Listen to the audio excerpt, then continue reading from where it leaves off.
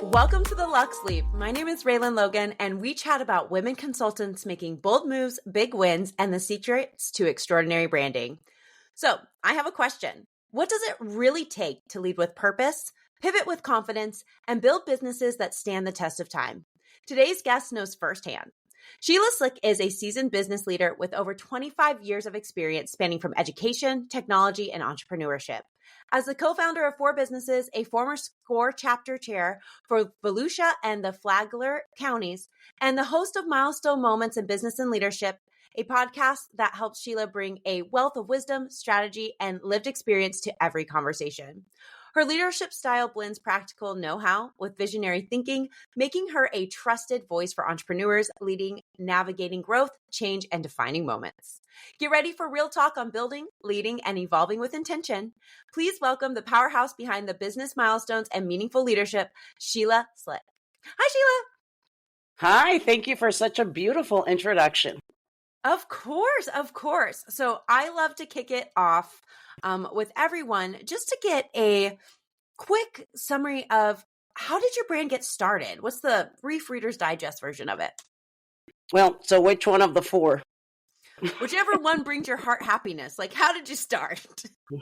Well, I guess if I look back, the first one, we didn't really think much about branding because the company was named Tops and we were manufacturing tops.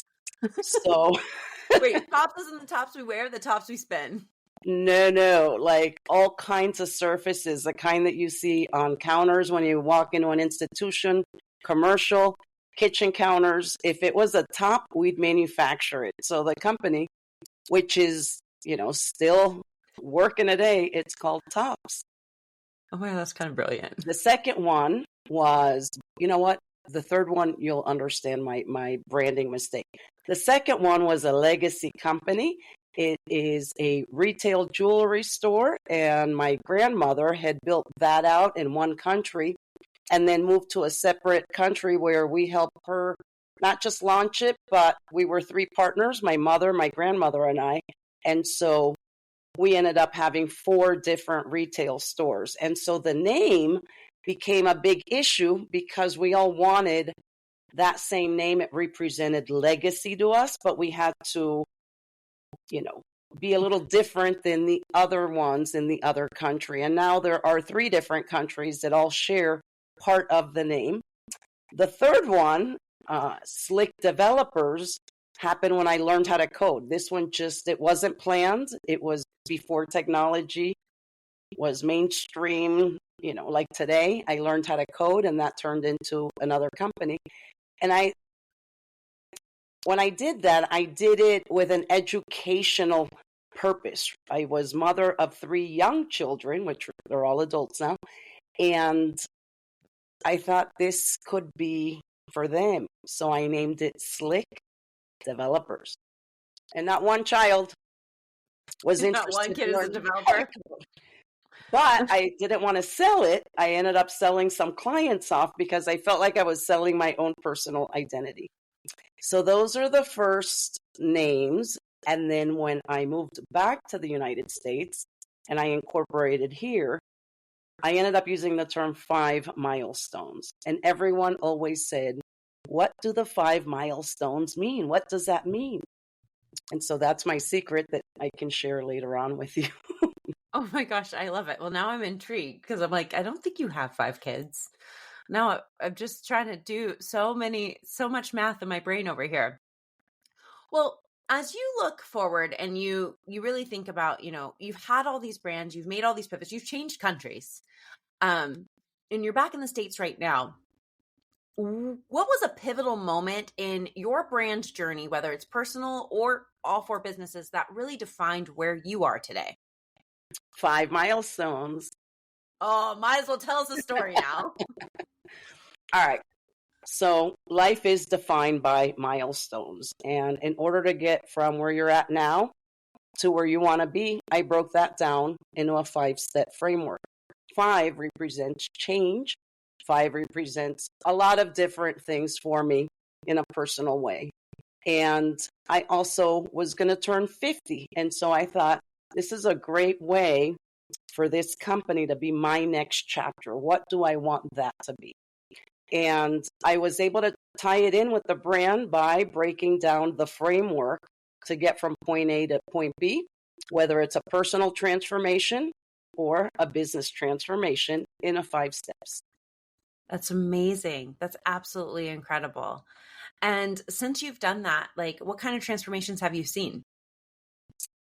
So where my passion really lies, and I don't know, I've always loved like the underdog, or maybe it's as a mother, you're always trying to nurture, the person that needs it most, so to speak. And so when I was chair and a certified mentor, where we mentored over 1,000 individuals and businesses that year, I always found that the transformations that inspired me the most were those where perhaps someone was retiring or in that stage of retirement where they had found a passion and they didn't just want to sit around their homes, but they also wanted additional income, like a side income. And you can't even go to the farmer's market and sell your crafts if you're not a business. At least here in our city and county, you Same need here. to go through those steps. And when you're dealing with the baby boomer generation, well, I learned how to code at 36, but technology is a lot more intimidating for them. So when you're able to help a person go from, I don't even know where to start in the business, 3 years later, asking them for advice on what apps they're using to document their videos and their processes on Instagram, because they went from not understanding social media and a simple thing like a hashtag to being able to set up their own online store in Shopify and create engaging videos and campaigns to be able to turn that into income. That's absolutely incredible. So just giving them a new path in life, so to speak, versus just sitting at home. I don't even know if I have the capacity in my heart right now to retire, because I want to go, go, go. And I think I meet lots of people who still have that energy, older than my parents, who still just want to go and live life. And I think that's a beautiful thing. And the fact that you empower them to do so is so perfect. I love it. Well, that's something my grandmother is still alive. She's 96, and she did not want to retire her. And when I ask her, what is the secret to life? She'll say, just always stay busy. And so if you planned it right and you've maybe worked your entire life and you're burnt out, maybe that's what's in retirement for you. But me, that I've been an entrepreneur since 21, I'm very passionate about what I do. It's part of who I am. And maybe what changes is just the direction of how and who I help sometimes. And I think that being an entrepreneur is part of, being adaptable and being able to pivot. So we'll see. With AI coming in, I've got like the wheels turning. What are these next 10 years going to be like with these new technologies? I think they're going to change our world in beautiful ways. I know there's a lot of negative Nancys out there, but I think it's going to change the world in really spectacular, beautiful ways. And to watch it unfold in real time, I'm really grateful. But I like change. Kind of live off of it. I've always loved change too. So my master's degree, when I moved back to the States in 2018, that wasn't quite as planned, right? Like I'd probably be moving back to Florida this year because my youngest is going off to college. And that's when we had considered moving back from overseas. Yeah. But life happens. And it was the one time I wasn't prepared for that change. And I had always embraced change. I thrive on change. I love moving everything around because it just feels fresh and new. But that was a bit different because it was out of my control. It was unexpected. And I went back to school. And I was going back for an MBA. I ended up with a master's in leadership. Amazing. And when I say leadership, you're probably like, oh, where are you looking to work? Organizational leadership. And I was able to use that as a change management like degree, so to Yeah. speak, and apply all of those principles to my own adapting, to change. Because it was easier to move overseas at 21 than it was to move back at 40 in my 40s. You're With not as, like 3 kiddos, like that's a lot. That's a big move. yes, you're not just changing your life, you're changing, the entire Others. family. But Yeah. sometimes you have to, step back and reflect in order to make the best decisions for you and your family. So I do believe in reflection. That is step number 5 of my framework. And now that the children, I call them children, even though they're young adults, they've graduated, I'm asking them for feedback. They have broken glass ceilings in our family. So, yes, I ask them for advice. I'm like, wow, how did you discover that? Like, that would, just didn't even cross my mind when I was in high school. But then I make sure to ask them, so did we make the right choice, right? Because now it's Yeah. a we looking back, so that I'm at peace and they're at terms, that everything worked out for the best. Oh, I And love it. then I always say, how could I have been, a better parent, or how can I be a better parent moving forward? Because now I'm in a support role. They're young adults, right?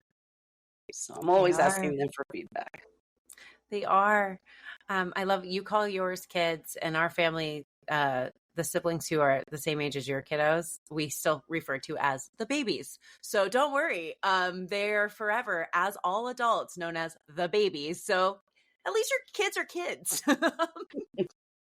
Well, the So youngest just had prom, and he's wearing the tuxedo, and his date girlfriend's just spectacular. And you do want to call them babies, but then that may just slip out at the wrong moment as at the well, and you end wrong up time, embarrassing but you them. just remember when they were babies. Like, we don't know what else to say. When I was graduating high school, I think one of my siblings was like 3. So they were just babies. It's fine. It's totally fine. All right, getting back on subject here, because we all know that I can go off on 500 tangents. Let's look towards the future. What are your long-term goals for expanding your brand's impact right now? So I am, once again, remember, the 5 milestones was approaching the 50s, and I'm in a pivotal moment. And my children say it best: you no longer have to worry about all of us. This time is for you. And so I started exploring with that back in November. And I started writing a book, because that's been on my list. My book right now is about 350 pages. So I think that I really need to either break it in half and just accept the fact that that is getting published. And people say, well, why do you want to write a book? I think writing a book is a great way to not just leave a legacy, to be able to share some of that knowledge that perhaps other people can find helpful. But it also serves as me feeling that, this is how I got to where I've been. And with that in mind, I had wanted, the book has helped me put the 5 milestones principle, which the framework comes after a lot of reflection on my own life stories, my personal inventory. Where are my skills? How have I helped others? Along with the education and the science behind the Master of Science degree. And it's been like peeling an onion for me. So I'm getting that clarity, but what I really want to do moving forward is be able to help more people rather than so much one-on-one. And I do that often through training, through public speaking. But public speaking, for example, sometimes requires travel. So my youngest will be in college in May, and I have 3 different speaking opportunities. One is in Miami, which is back in the big city where I was raised, about 6 hours away. So I'm really excited that I'm opening myself up to other opportunities to see how I can continue to make a positive, impact on others' lives, and always focusing on helping them economically, right? Whether it's through their business or self-employment. That's so incredible. Like I love everybody who comes on the show who has a book. So when it's published, you let me know. I will be first in line. It'll live in my handy dandy pile of books that's like always within reach, literally. And I will talk about it all the time. I love it. So you just say the word and let us know when it's live and we will let the world know. So just do I it. can't wait. Thank you so much for that support. I did double down on my own podcast. I now have 2 episodes a week. Nice. And it's been a great way to just channel a lot of, what I'm working on in the book. And we'll see what happens with the podcast as well. So these spaces are so wonderful. That's incredible. And I agree with you. I think being on podcasts, it helps gain a lot of clarity on what people want, what people need, and just also being able to put those stories out into the world. Because a lot of times we think through talking, and it's a powerful way to do so. It's a powerful medium. So as you're thinking about the book, you're thinking about speaking and really leaning into the podcast more.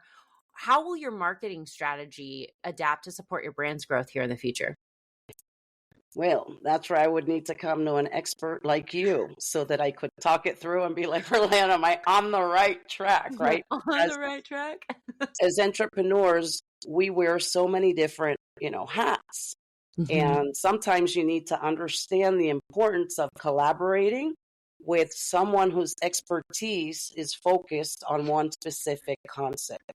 And I haven't been on marketing and branding. I mean, I can walk someone through it and get them to think about it, but I would prefer to reach out to someone like you who is laser focused on that one specific thing. So yes, that's where I'm going. I do want my champagne flute. Oh, yes. Okay. So everyone, I have also been on Sheila's podcast, Five Milestones. It was absolutely incredible. But we went through my flute process for how to write your website copy, because I see a lot of rough websites out there in this world. And so there are ways intentionally to market yourself. Sheila and I can attest. Not everyone's way is the same way. YouTube University is great if it works for you, but it doesn't work for all people. So I'm going to leave everybody with that little nugget. You have to know yourself. You have to know where clarity comes, and then you can make a strong strategy to move forward in a way that is in alignment with you. Unfortunately, most of the internet is not going to be in alignment with you. No, but it's also really important to have that niche and know who you want to serve. Yes. Because, you can't please all of the people all of the time. No. And it's really important, though, to just understand that no matter, how well you want to do things, sometimes it is better to reach out to someone who is more experienced or perhaps has already walked that path. It'll save you time, money, and it'll be a lot more effective. So I even have for my podcast, I would have probably never launched the podcast if it wasn't because of my podcast coach. And now I am able to help people with the technical part. We gave birth to a podcast yesterday. I'm helping someone give birth to a podcast on Tuesday. And these are people that want to do it, but rather than go through YouTube University, they'll say, do it with me. Yeah. And I will help them through the setup just so that they too can share their voice and walk through the strategy. But that's about as far as I get. You want more strategy with the podcast, or I will send you to a podcast coach. Right? Like it's really, you save so much money if you pay the tax up front. That's how I usually refer to it. So you can keep trying, spinning in a circle until finally you fall down because you're dizzy, and then you have to get back up. Meanwhile, there's probably about 5 coaches around you just watching you to see which way you're going to fall. Because at the end of the day, you have to make that choice for yourself. And choosing to spin is a choice. Yes, even here as a business consultant helping people start their businesses, I've seen people working as consultants and maybe 2-3 years in business, and perhaps they forgot to get these business tax receipts. I'm like, well, you're illegally operating if you skip that simple step, right? And sometimes you may incur in fines and so forth. And they didn't think, to consult with someone. They just thought, well, I'll ask my Facebook group, right? Where, anyone that goes in a Facebook, they'll say, well, what do I do? Or even with these, oh Lord, with, there was this new one time that you have to declare who the beneficiaries financially are. And I go into some of these Facebook groups, for example, and you had people complaining, well, I didn't hear about that. So first question is, well, where are you getting your information from? Because this had been shared and shared and shared. So if you didn't hear about that, it's time to reflect and think, what else haven't I heard about? Maybe you're not even properly, legally established if you weren't getting any of these notifications, or perhaps you don't have an accountant or a bookkeeper. or They your could have address is shared incorrect. that. But, from someone in my spot, I mean, I just kept seeing it. I shared it on my LinkedIn very often. I saw the cities, the counties, it was all over the place. So I'm wondering, did she just rely on Facebook? So it's, your responsibility, if you're going to do it all on your own, also make sure that you're always compliant. And it could also mean being on top of trends or new technologies, because all that changes. So it's a lot to take on by yourself. I agree. And you need a team, even if they're not employees, you need a team, a board of directors in your mind, if you will, but you need a team to help you push through. And, you need someone like Sheila who can coach you. You need someone like me who can get things in alignment and get you the right path forward. And you need an accountant, unless you are an accountant. But even then, I'd say you still need an accountant. Double check, checks and balances. There are people that you need in your orbit to help you grow. And it's really hard to do it alone. It's so hard to do it alone. So just choose not to do that. That's simple. All right, Sheila, I got 2 fun questions for you. Okay? In all seriousness aside, I ask these of everyone, and I need to know, what does a day living a luxurious life look like for you? Depends on the decade, but right now it involves luxury travel. Ooh. I'm going from going to Disney with the 5 kiddos, and yesterday at the Chamber of Commerce, I met a travel advisor, and it was like a calling. She sat in front of me with this romantic luxury getaways. So she had me at hello, and I thought, I don't even need to plan this vacation, because I know how the travel agents work. They earn the commission anyway from the different suppliers. And so I was like, you've got yourself a client. Can we look at Greece and Alaska, right? So that right now is where I'm at. I'm also thinking retaking a hot air balloon. I had wanted to do that in Sedona with some champagne, but I want to, I've been married 30 years almost to my sweetheart. He's partner of our first company. And I think it's a time to also nurture the relationship, like 2 kids together. So that's what it looks like right now. Would be some luxury travel where I don't have to worry about planning it and babysitters and kids, food and activities. And oh, that sounds nice. I'm a long ways away from that, but I guess in my season, I'm just really grateful. Whenever I ask Grayson, we have this question we always ask, why do you love me? Just trying to think of things that are different every single time. We have a lot of conversations. I have kid conversation cards next to me. And he always goes, Mom, you take me on the best vacations. You really think them through. And I'm like, man, can't wait till somebody can think them through for me. But I will be watching you from the ground in Sedona.